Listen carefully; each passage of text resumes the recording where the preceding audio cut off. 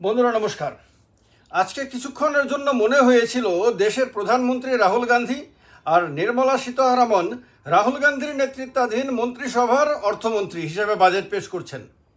কারণ নির্মলা সীতারামন একটা জায়গাতে তার বাজেট ভাষণে বলেছেন যে দেশের 1 কোটি যুবক যুবতীকে আগামী 5 বছরে আপনার অ্যাপ্রেন্টিসশিপ বা ইন্টার্নশিপের সুযোগ দেবেন এবং তাদেরকে 500 বড় বড় লিডিং কোম্পানিতে ইন্টার্ন হিসাবে কাজ করার সুযোগ দেবেন। তাদেরকে এককালীন 6,000 টাকা করে দেবেন আর মাসে মাসে 5,000 টাকা করে দেবেন। এই ঘোষণার পাশাপাশি আরেকটা ঘোষণা তিনি করেছেন যে মহিলাদের জন্য 3 লক্ষ কোটি টাকার বেশি বরাদ্দ এই বাজেটে করা হচ্ছে। সেই টাকা দিয়ে মহিলাদের ওভারঅল ডেভেলপমেন্টের জন্য চেষ্টা করা হবে, বিভিন্ন প্রজেক্ট বিভিন্ন স্কিম চালু করা হবে। মহিলাদের মেয়েদের উন্নয়নের জন্য সরকার বিশেষভাবে মনোনিবেশ করবে। এই দুটো আপনার ব্যবস্থা শোনার সময় মনে হচ্ছিল যে তিনি রাহুল গান্ধীর কথা বলতে চাইছেন।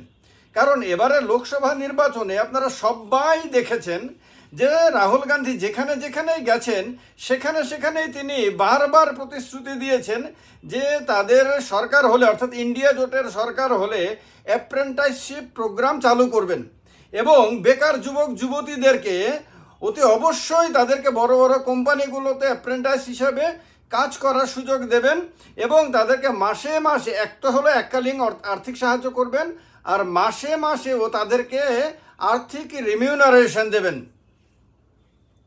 যুবক যুবতীদেরকে চাকুরির জন্য প্রতিশ্রুতি দিয়েছিলেন, পাশাপাশি অ্যাপ্রেন্টিসশিপের জন্য প্রতিশ্রুতি দিয়েছিলেন। মহিলাদের জন্য মাসে মাসে প্রতি মাসে তাদেরকে গরিব মহিলাদেরকে আপনার আর্থিক সুযোগ সুবিধা দেওয়ার কথা তিনি বলেছিলেন এবং প্রতিটি মহিলাকে আর্থিকভাবে স্বয়ংসম্পন্ন করা শক্তিশালী করার কথা বলেছিলেন এবং তার জন্য বিশেষভাবে তিনি স্কিমের কথা তিনি উল্লেখ করেছিলেন।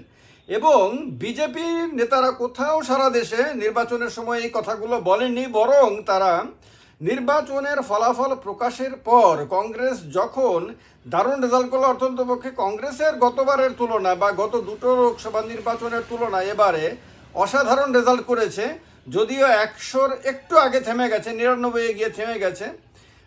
তখন এই বিজেপির নেতারা তারা বলেছে যে ওই লোভ দেখিয়ে মানুষকে এই যে অ্যাপ্রেন্টিসশিপের সুযোগ দেবে, আর্থিক সাহায্য দেবে, মহিলাদেরকে ঘরে ঘরে আর্থিক সুবিধা দেবে, এই সমস্ত নাকি লোভ দেখিয়েছিল কংগ্রেস।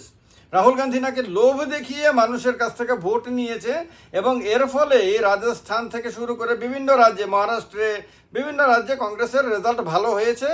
এর পেছনে লোভ দেখানোটা দায়ী ছিল।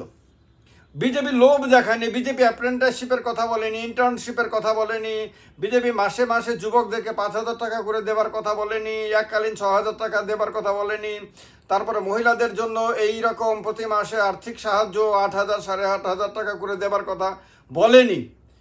এগুলো বলেছিল কংগ্রেস।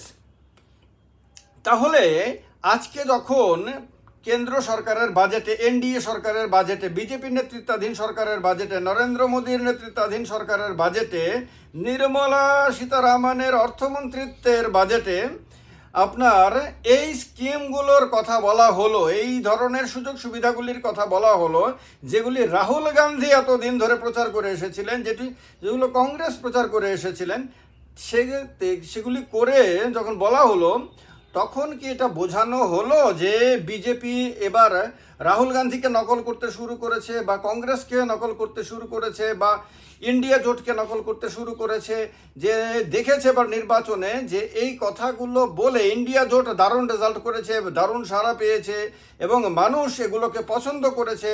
কারণ মানুষের অর্থনৈতিক অবস্থা একেবারেই ভালো না, বাজারের অবস্থা একেবারেই ভালো না, বাজারে জিনিসপত্রের দাম লাফিয়ে লাফিয়ে বাড়ছে, প্রত্যেকটা সাধারণ মানুষের ঘরে ঘরে হাহাকার, অর্থনীতিতে একটা অংশ বিরাট লাভবান হচ্ছে, ধনী আরও ধনী হচ্ছে, আরেকটা অংশ বিরাট অংশ তারা দুবেলা ভাত খাওয়ার ব্যবস্থা করতে হিমশিম খাচ্ছে। এর ফলে যখন তাদেরকে ক্যাশ বেনিফিটের এবং একদম মানে গ্যারান্টেড ট্রেনিং ব্যবস্থা, ইন্টার্নশিপ তো এক ধরনের ট্রেনিং, বড় বড় কোম্পানিগুলোতে আপনার কাজ করার, বড় বড় প্রফেশনালদের সঙ্গে কাজ করার সুযোগ পাওয়া মানে এই কাজ করার পরে সেই যুবকটা অনেক মজবুত হয়ে যাবে এবং সে নিজে হয়তো ব্যবসা শুরু করতে পারবে, অথবা তার এই অভিজ্ঞতার সার্টিফিকেট নিয়ে সে কোনো কোম্পানিতে চাকরি পেতে পারবে। তো এর ফলে এই যে সমস্যাগুলো মানুষের, এগুলো মানুষ মানে পছন্দ করেছে এবং এর ফলে মানুষ প্রভাবিত হয়েছে এবং বিরোধীদেরকে ভোট দিয়েছে, যার ফলে বিরোধীরা এবার এনডিএ জোটের বা বিজেপির ঘাড়ের কাছে নিঃশ্বাস ফেলতে শুরু করেছে এবং সরকারকে অনিশ্চিত করে দিয়েছে। যে কোনো সময় এই সরকার পড়ে গেলে বিরোধী জোট সরকার গঠনের মতন অবস্থায় নিজেদেরকে নিয়ে এসেছে। এই সব কিছুতে হয়েছে, সেটা দেখে কি নরেন্দ্র মোদী এবং তার নেতৃত্বাধীন সরকার শিক্ষা নিয়েছে? তার মানে এটা থেকে বিজেপি বুঝতে পেরেছে যে মানুষ এইগুলো চায়। তার মানে রাহুল গান্ধী মানুষের আসল পালসটাকে এবার নির্বাচনের সময়ে ধরতে পেরেছিলেন। পদযাত্রার মধ্য দিয়ে তিনি মানুষের আসল মনের কথাটা সত্যি সত্যি বুঝতে পেরেছিলেন, আর তার কারণে তিনি এই দুটো বিশেষ স্কিম, একটা মহিলাদের জন্য, একটা যুব সমাজের জন্য তিনি ঘোষণা করেছিলেন। ন্যায় পত্রে সেগুলি তিনি উল্লেখ করেছিলেন এবং এই যে আর্থিক ন্যায়ের কথা তিনি বলেছিলেন, সেইটা বিজেপির কাছে কি অনুকরণীয় বলে মনে হয়েছে যে এই সরকারকে জনপ্রিয় করার জন্য, এই সরকারের মানে মানে জনভিত্তিটাকে মজবুত করার জন্য এইটাই সবচেয়ে শক্তিশালী ব্যবস্থা। এবং রাহুল গান্ধীর কাছ থেকে এগুলো কেড়ে নিতে পারবেন, এই দুটো ইস্যু তাহলে কেড়ে নিয়ে রাহুল গান্ধীকে চ্যালেঞ্জ দিতে পারবেন। তাহলে সরকারে এসে বিরোধী দলকে নকল করে সরকার তার বাজেটে বড় বড় দুটো ঘোষণা করছে, এটা মনে হয় না এর আগে ভারতবর্ষের রাজনীতিতে স্বাধীনতার পরে কোনো দিন হয়েছে। এইবারে এই জিনিসটা হলো, আর এই জিনিসটার মধ্য দিয়ে আরও একবার প্রমাণিত হলো যে বিজেপি যে আসলে মানুষের পালসটা বুঝতে পারেনি।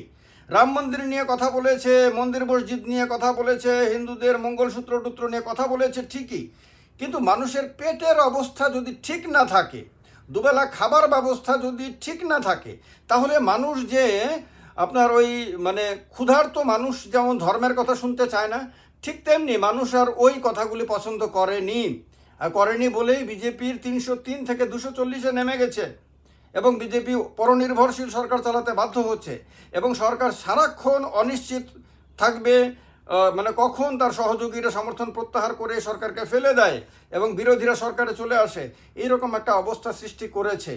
তো তার মানে বোঝা যাচ্ছে যে বিজেপি আজকে নিজের ভুল বুঝতে পারছে এবং ভুল বুঝতে পেরে সেই কংগ্রেসের কাছ থেকে শিক্ষা নিচ্ছে, সেই রাহুল গান্ধীর কাছ থেকে শিক্ষা নিচ্ছে, যে কংগ্রেসকে বিজেপি মুক্ত ভারত থেকে উধাও করে দিতে চেয়েছিল, যে রাহুল গান্ধীকে পাপ্পুল বলে এতদিন ধরে ব্যঙ্গ বিদ্রুপ করেছিল। সেই রাহুল গান্ধী এখন বিজেপির দিশা নির্দেশক হয়েছেন, কেন্দ্রীয় সরকারের দিশা নির্দেশক এখন কংগ্রেস হয়েছে। অন্ততপক্ষে আজকের বাজেটে এই দুটো বড় ঘোষণা সেই দিকে ইঙ্গিত করছে। তার কারণে কিছু সময় একটা কনফিউশন হয়ে গেছিল যে প্রধানমন্ত্রীকে নরেন্দ্র মোদী আছেন না রাহুল গান্ধী আছেন, নির্মলা সীতারামন কি বিজেপিতে আছেন না তিনি কংগ্রেসে জয়েন করে কংগ্রেসের নেতৃত্বাধীন মন্ত্রিসভার তিনি অর্থমন্ত্রী হিসাবে বাজেট পেশ করছেন। অদ্ভুত, ভারতবর্ষের রাজনীতিতে এরকমটা এর আগে কখনো আমি তো দেখিনি। আপনারা কেউ দেখে থাকলে সেটা জানাবেন কমেন্ট বক্সে কমেন্ট করে। ভালো লাগলে ভিডিওটি লাইক এবং শেয়ার এত বেশি করবেন যে কেউ যাতে এই আলোচনা থেকে দূরে না থাকে।